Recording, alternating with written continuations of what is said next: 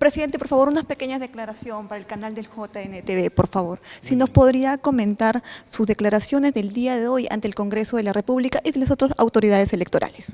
En principio quiero felicitar a JNTV por su 7º aniversario, desearles que sigan los éxitos y que crezcan y se afiancen en el consenso de los programas televisivos muy importantes para el Perú.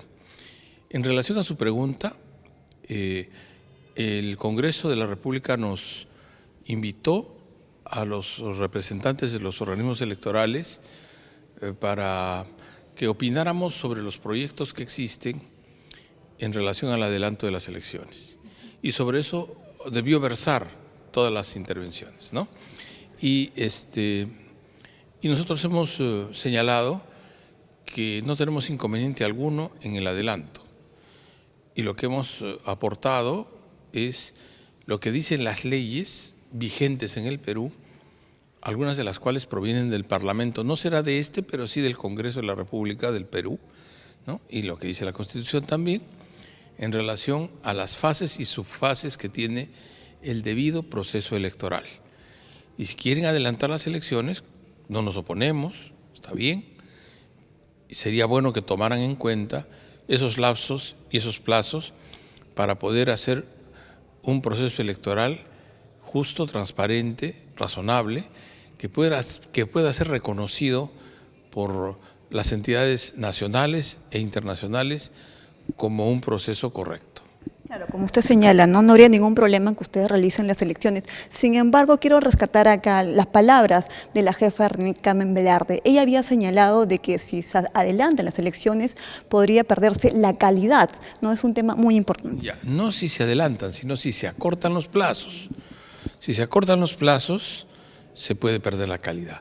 Entonces, por eso es que el Congreso tiene que tener en cuenta que cuando se produzca una reducción de los términos, que su fase se está sacrificando y al final podríamos tener elecciones que, habiendo querido hacerlas rápidamente, sean defectuosas, ¿no? Entonces, el ánimo es que eso no ocurra.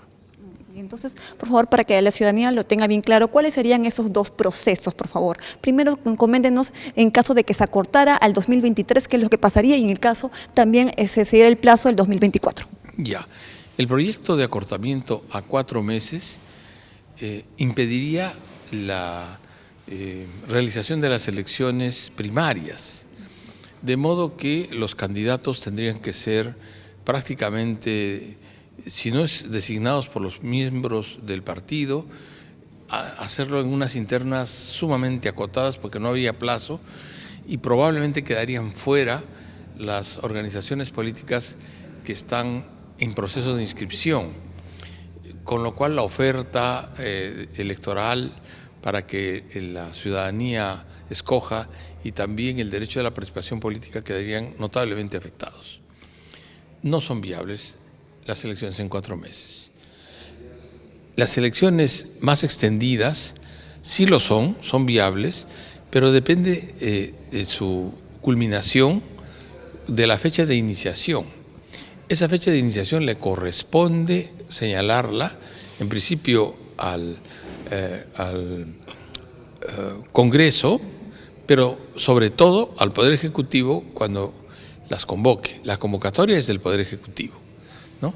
Por allí he escuchado que en el Parlamento dicen tenemos que hacer un cronograma.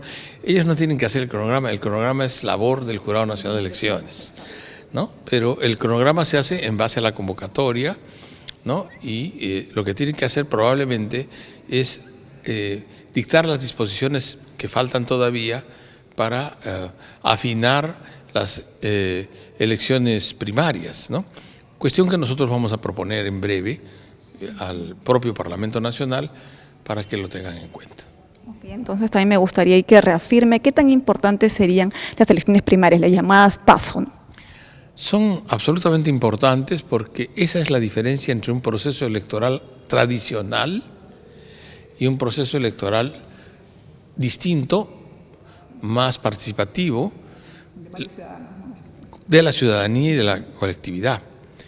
En las PASO cualquiera de los militantes de las organizaciones políticas puede intervenir, puede participar, se puede autoproponer inclusive. Y entonces, si consigue la simpatía de sus electores, de la gente que participa de las PASO, puede ser el que encamine, el que realice el encabezamiento de la postulación de ese partido, ¿no? Esto puede atentar contra quienes quieren manejar los partidos desde una cúpula, ¿no? Y por eso hay resistencia, pues, a las PASO, ¿no? Nosotros creemos que si hacemos lo de siempre, no debemos esperar resultados distintos. Porque recordemos que se iban a realizar, sin embargo, por el COVID se suspendieron. Sí, y porque no habían todavía las reglas claras.